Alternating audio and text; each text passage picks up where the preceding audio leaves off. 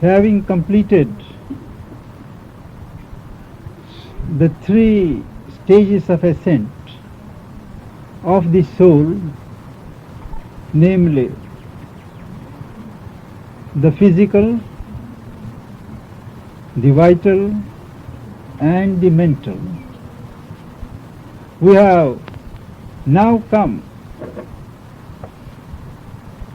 in our discussion at the stage of transition, a radical transition from the lower triple existence into the higher belt of a diviner existence. As we observed earlier, between the lower triple existence and the higher triple existence of existence, consciousness and bliss, there is the link world, the world of truth knowledge. To ascend into it marks a radical departure from our lower nature, human nature, into a divine nature. All that has gone before changes its character. What happens hereafter cannot be compared with what has gone before. Even the highest heights of the mind cannot give an idea of the realms that are beyond the mind. Sri Aurobindo observes that the topmost summits of the mind, including the overmind, still labor under the mighty shadow of ignorance, the shadow of division. It is only after you register an ascent beyond the over mental levels and enter into the region of the truth knowledge, that you are at last freed from the pursuing taint of ignorance and division. This principle, the principle of the soul's poise here, the universal soul's poise, along with its nature, characteristic nature, is called the Vijnana. In Sanskrit, the Vijnana means knowledge par excellence. It is not to be identified with the term of the same name in Buddhist philosophy, where it means discriminative reason, intelligence, pure intelligence, reason. The Vijnana is something else. The whole principle is different. Nor is it to be confused with the conception based indeed upon spiritual experience in the Vedanta, which speaks of a masked, illumined consciousness. It is called Chaitanya Ghana or Chit Ghana in the Upanishads, whereby they mean a luminous consciousness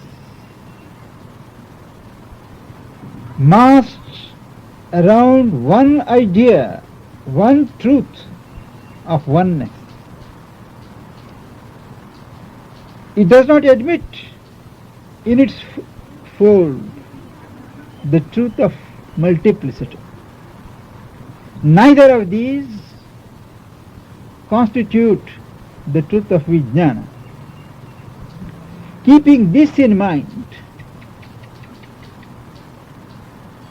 it is profitable to compare the workings of the mind, including its farthest ranges,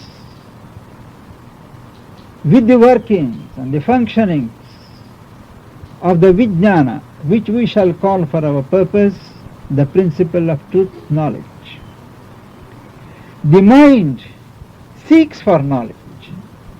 The mind depends largely upon the report of the senses. Mind itself is called the sixth sense.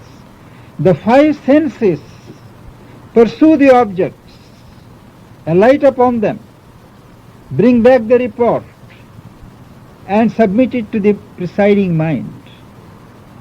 The mind bases itself upon the percepts of the senses and arrives at its own concepts. Through this interweaving of percepts and percepts of the senses and concepts of the reason, the mind arrives at a certain knowledge. After arriving at that knowledge, it compares its knowledge with other knowledges similarly arrived at. It draws upon memory. It draws upon inference, analyzes, synthesizes, judges. With all these processes, it arrives at something like a knowledge which at its best is a tentative knowledge. Knowledge of today is always replaceable when a larger knowledge dawns tomorrow. But the way of the truth mind, the truth knowledge, is quite different. There, it does not seek for knowledge from outside. It is one with the object of knowledge. Whatever it chooses to know, this truth mind knows by a sort of identity.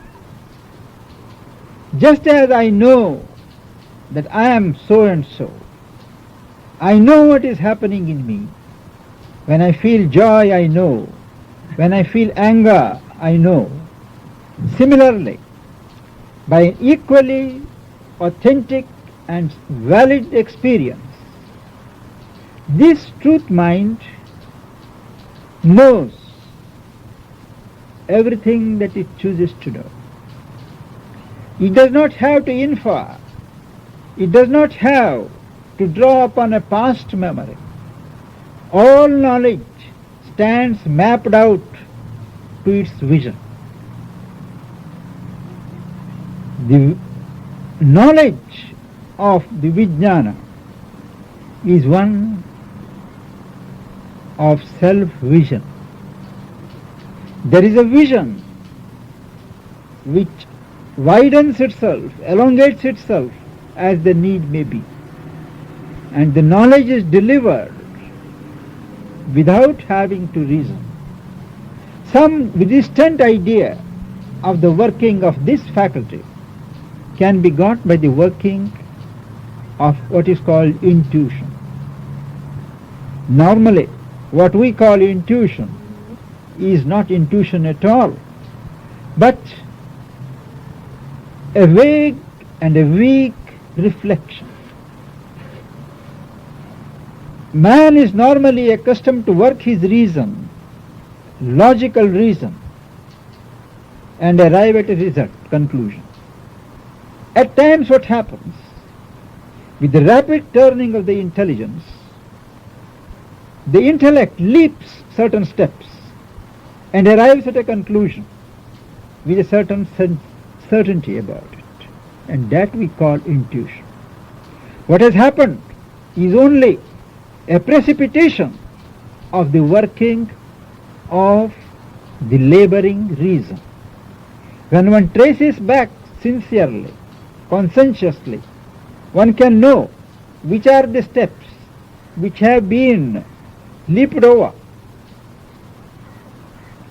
This is not intuition, but it is a pale imitation of intuition. A truer idea of what the intuition is can be got by an observation of what is called instinct at the animal level. Animals we have seen, which do not have reasoning, they guide themselves instinctively. They desist from eating certain leaves.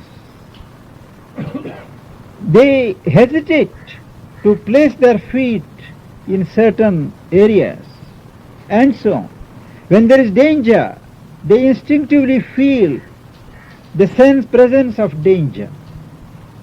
This faculty is an expression of the original intuition at the animal level in a form that suits the development of that consciousness. This is interfered with when the vital mind, the reasoning mind, steps in. The true intuition goes straight to the solution. It is only afterwards that we can verify. And when it comes, there is such a sense of self-evident authenticity about it that there can be no mistake. But even such an intuition, pure intuition, is not a direct working of the truth mind or the supramental consciousness. It is only what Sri Aurobindo calls an edge. Intuition is an edge of a light ray proceeding from the light of the gnosis.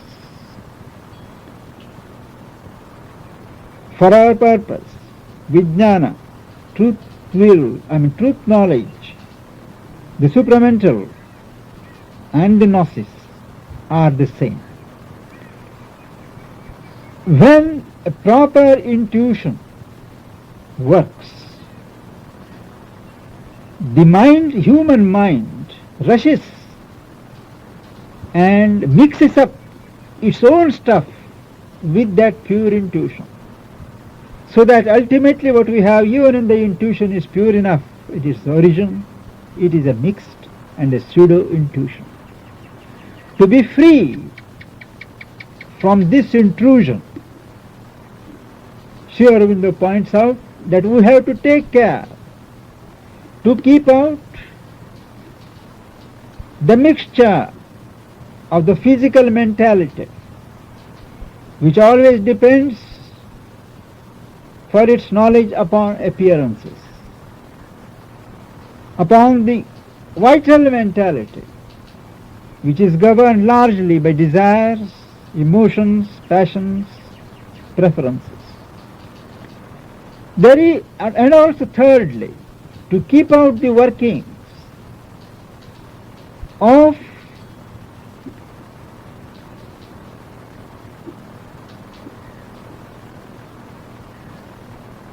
the limited mind, which is always governed by its pet notions, prejudices, likes and dislikes. Now all these three are distorting elements which insist on mixing themselves with the advent of the intuitive light. These three are, Sri Aurobindo recalls, the three knots which are referred in an ancient Vedic hymn. The three knots which are loosened, which have to be loosened by invoking the grace of the Supreme. To that we will come at the end of our discussion. Now, after assuring ourselves that there is no more intrusion of these lower workings of the mind, of the pseudo workings of quoted intuition, one ascends in consciousness.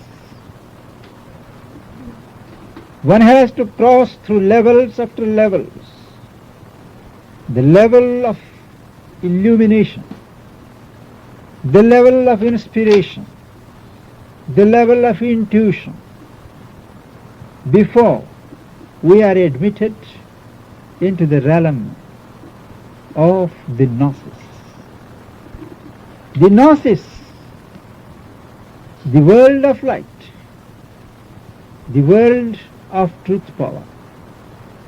The first characteristic, distinguishing characteristic of this principle is that knowledge is invariably accompanied by power.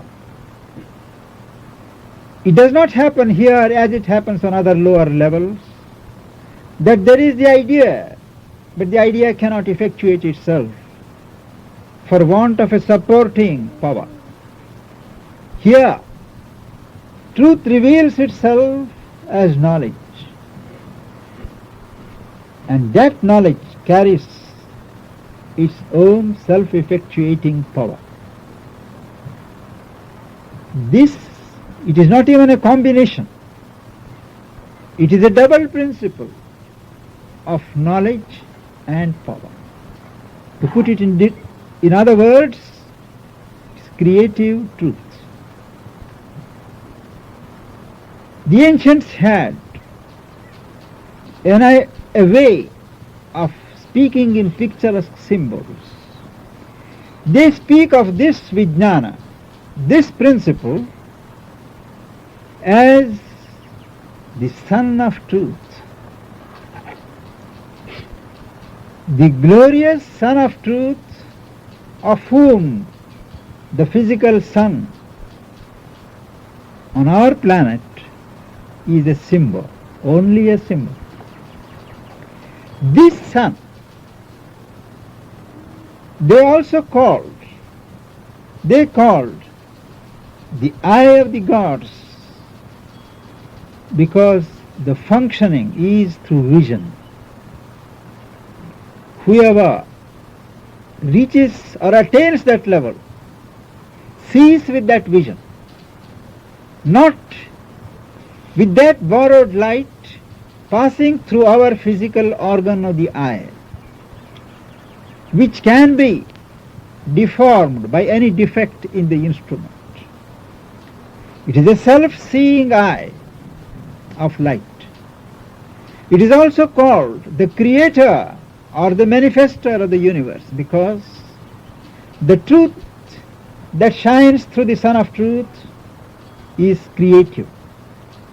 That is why he is called the creative sun, the releaser, the manifester, the creator. On the highest levels, even of the overmind, one only gets the rays of this supramental sun. One does not live directly in the light. And as you know, the principle of the overmental creation is multiplicity, though based upon unity. Each one pursues its independent career, and there are 3 stages of which Sri Aurobindo speaks before we can rise to our full stature in the gnosis. First, what he calls the marshalling of the rays, R-A-Y-S. There is the sun. His million rays are extended. The seeker, as he ascends, he prays to the Godhead to help him to marshal the rays. There are so many thoughts, so many ideas, so many truths that are visible. They all have to be brought together in the order of their relation, arranged in a order, in the order of the truth. That is the first step. After they are marshaled, arranged, they are to be gathered together and fused in the sun, in the body of the sun. Once all these multiplicities and diversities, which are signified by the rays of the sun, are unified, are fused in the body of the luminous orb, the truth reveals itself. That is the goodliest form of all, the fairest form of thee, where all is seen in the orb of the creative truth, all as manifestations of the one. And the climax comes that the person in the sun is none other than I. He am I. This is the great cry of the Upanishad. The marvelous discovery of the seer when he realizes at the end of his journey to the truth world that not only is the whole universe contained in the truth that he sees, but he realizes that he and that truth are one. So himself, the world, and the creative person, all are one. This is the climactic experience of ascent into the gnosis.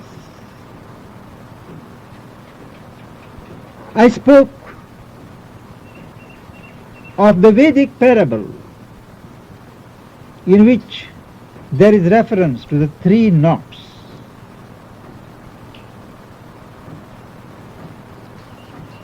It was written at least 5,000 years ago, it is recorded, in a legend. And a legend in the past traditions always clothes some significant truth. The story goes that there was a king and he had no son, nobody to succeed him to the throne. So he prayed to God, to one god Varuna, the god of vastness, the god of purity, the god presiding over the ocean. He prayed to him for a son.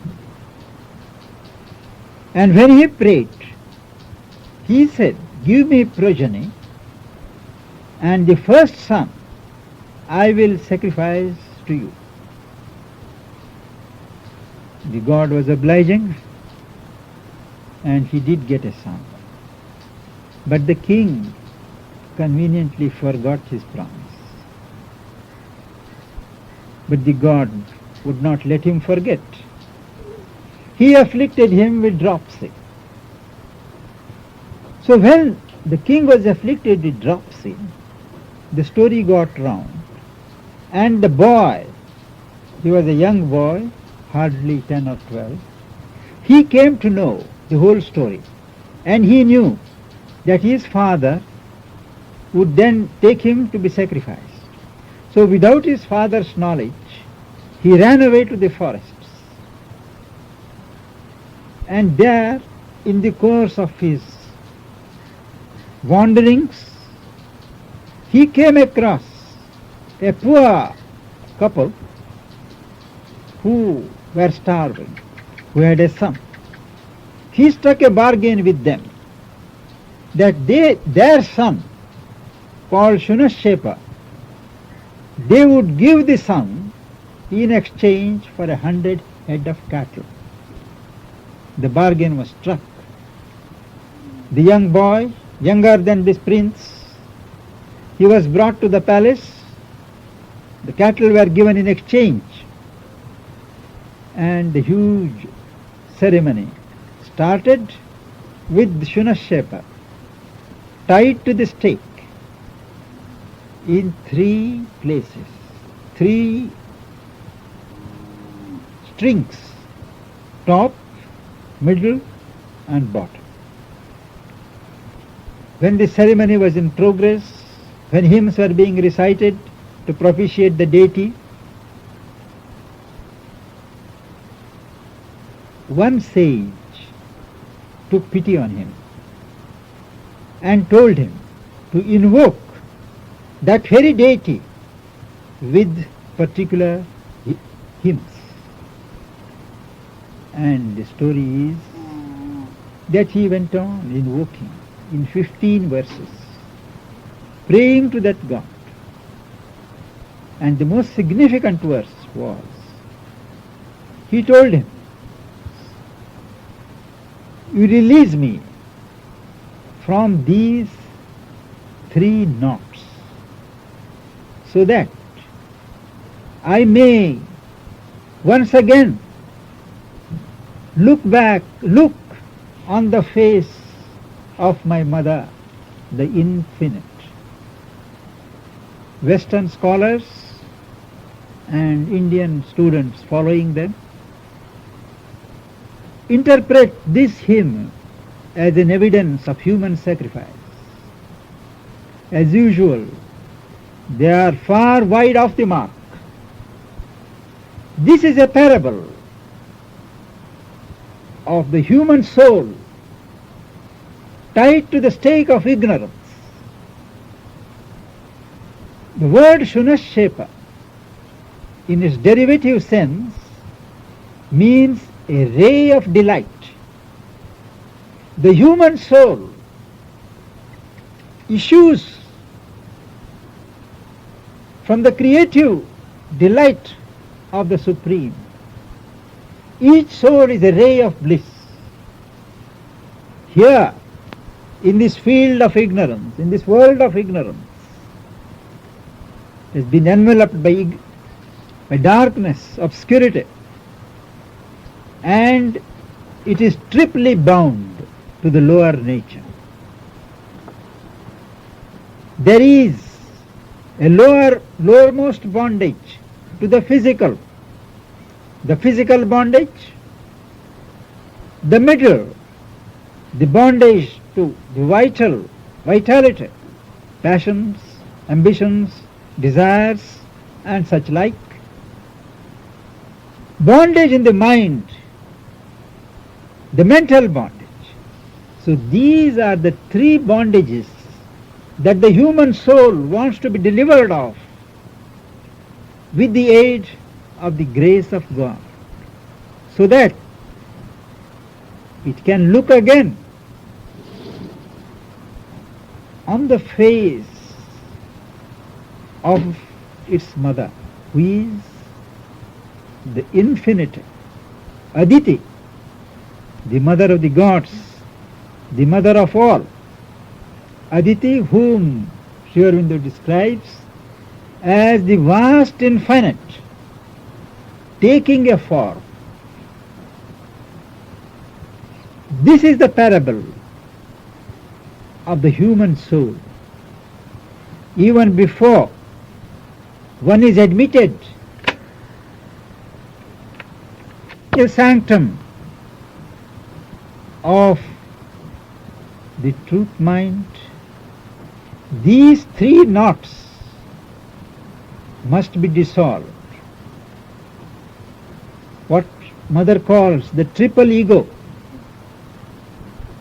the ego of the physical, the ego of the vital, and the most difficult, the ego of the mental. Unless these 3 knots are resolved, the Veda does not speak of cutting the knots, of unloosening, untying the knots, very much in the line of Mother's thought. She doesn't believe in surgical methods, but in unloosening, untying the knots.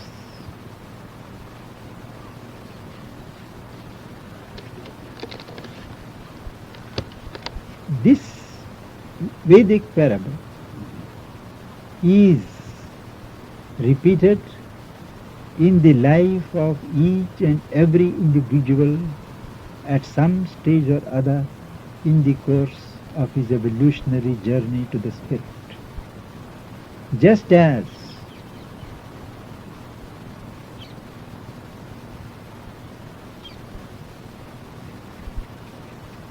the legendary crucifixion of Christ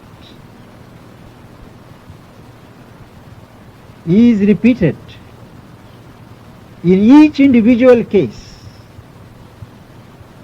before man is admitted into the penetralia of the divine. Similarly, the resolution of the three bonds in the hall of death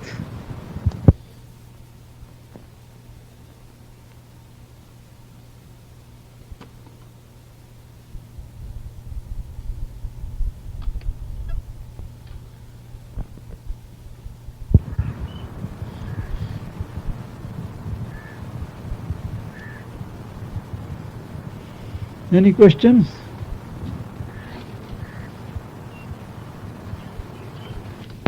Could you say a little more about the meaning of the name Sunasheta? Ray of bliss.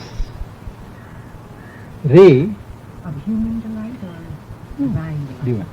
Bliss, capital.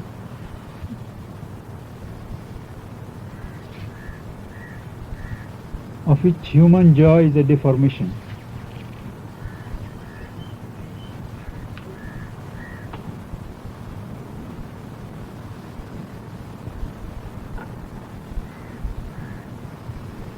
Speak some about the difference between cutting the knots and untying the knots. Difference between? Between, you said cutting knots and Yes, this way was yes, to yes, untie them. yes.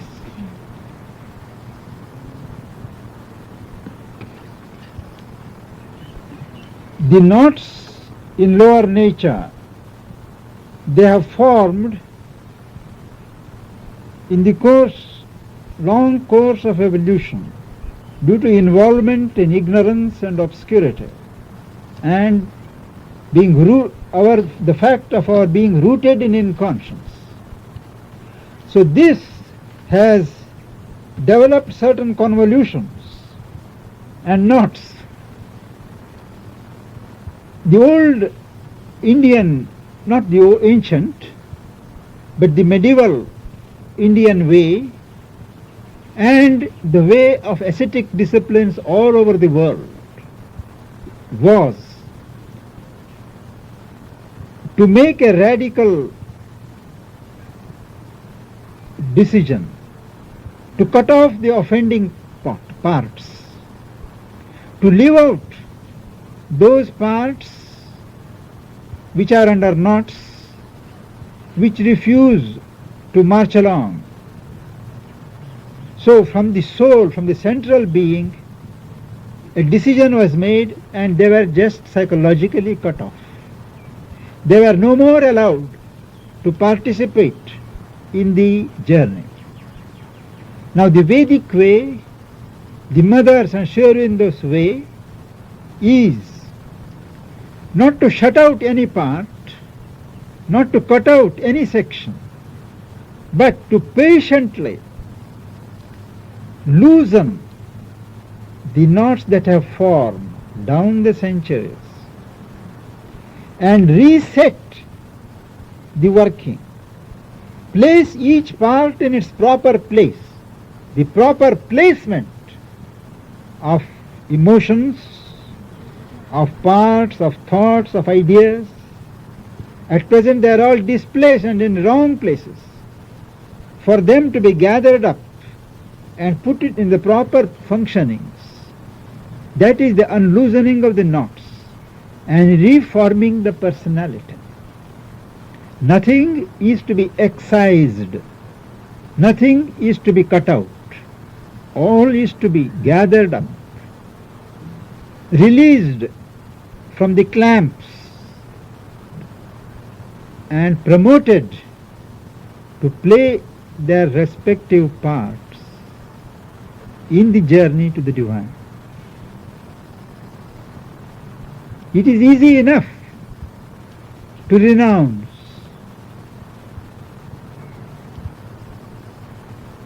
to leave out certain parts which are difficult, and go ahead with only a little part which is awakened, which is not too much involved.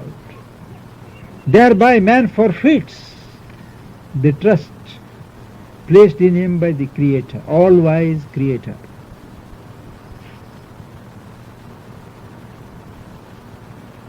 How can the experiences of human delight, human love,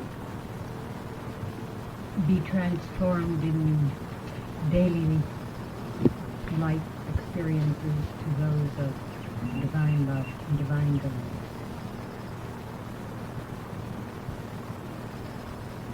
There is some element common between divine love and human love. There is some element which is common. That element is to be extended, enlarged. Ignore the other elements, but deepen and cultivate that particular element which it has in common with the higher love. For instance, the element in love, human love, which expresses itself in self-giving. The question of demand in human love comes later, but the first step is to give oneself. Maybe between a man and a woman, between a mother and her son, child. It is a self-giving. This first step of self-giving is a divine movement. The whole human course of development is against it. Aggrandizement, ego, self-taking is the root. But it is when the love begins to manifest that the first movement to give oneself. It may be a motivated love, but the fact remains that one gives oneself. Mother says, catch hold of that hook. Eliminate the impure elements like motive, like a demand, like a claim following the expression of love. They are the human vitiating elements. Separate them. Go on deepening and enlarging the area of pure love. As you go on doing it, you will begin to touch the fringe of divine love. Thereafter, a stage will come when the person on whom you center your love, that person just disappears. That power of love, that faculty of expressing in self-giving, it extends itself spontaneously to all around. The person who was the cause of your first exercising that faculty is no more than an excuse. Human love, individual love, acquires the character of universal love. One step more and you stumble into the divine love. Love is a power. If only you will allow it to grow without making it a prisoner of the vital.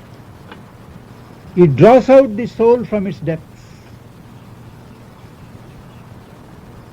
It brings out the best in you, the nobility of the soul, the stature of man, human stature. That a man or a woman can do things, sacrifice, give herself, himself, without expecting anything in return. That is the decisive moment that links human love to the divine. If because human love has been associated with the lower vital, you are to reject love, the heart mother warms will turn into a dry stone. Even when the divine comes, you will be unable to respond in love. You may intellectually, mentally conceive, receive, but the heart will be dead. Heart is a God-given place for the cultivation of love. At the level where you are, start.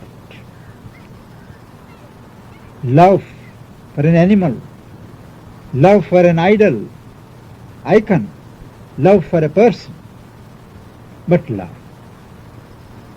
It is love is the hoop of gods for hearts to combine. As Sri Aurobindo says somewhere in Eric. It is man's lien on the absolute. If man, through love, we lay our claim on the divine. The origin of all creation has been love. The glorious culmination also will be in the blossoming of love.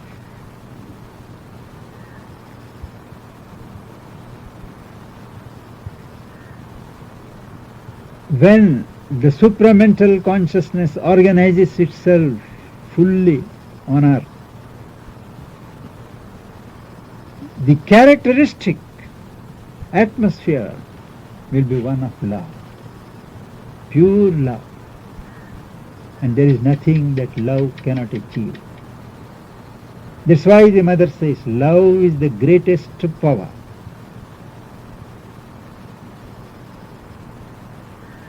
Our image of it may be deformed, may be diminished, but the truth remains.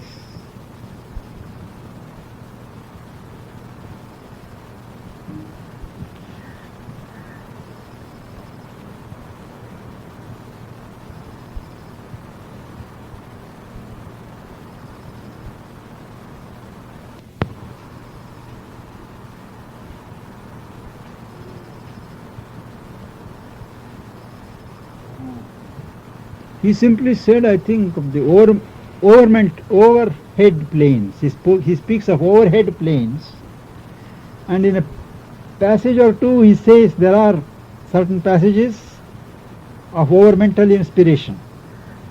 But I don't remember he saying anywhere or speaking of any passage as coming from his supramental inspiration. We'll have to develop that sense to recognize that inspiration. Till then, for us, all are overhead inspirations.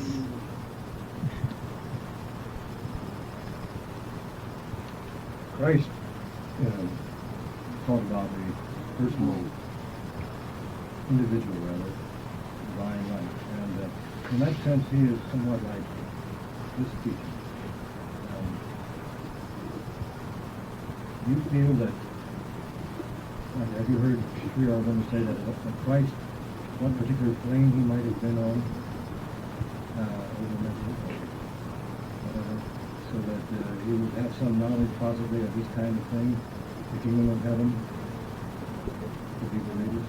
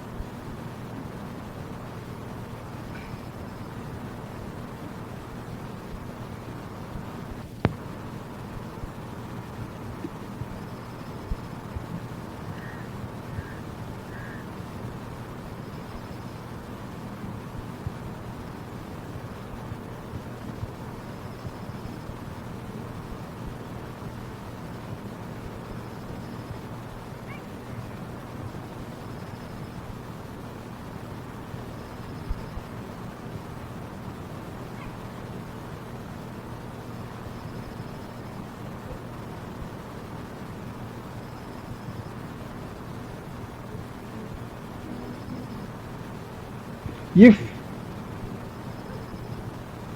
we take it that the truth that Christ came to manifest or establish on earth is the truth of love, it cannot be classified in terms of these planes, because the source of love is not in the vertical order, but in the psychic behind the whole thing. So there is love on every plane.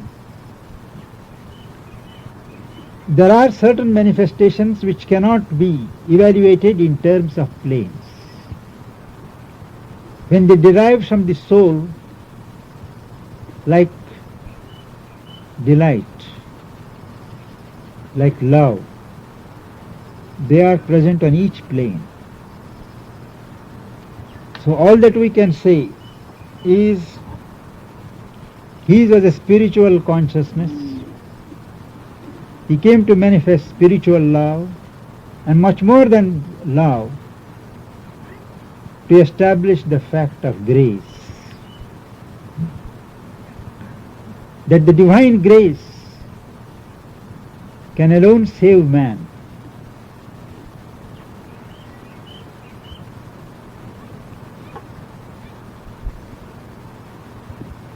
Then you don't think it was necessary for him to know what particular No, plane this particular thing was, but he must have had some kind of knowledge that it would ultimately be. need not. One incarnation generally does not have or does not care to have a foreknowledge of what the next incarnation is going to do. An incarnation comes with a mission, with a special truth to manifest. It does it and withdraws. They are not evolutionary beings like us.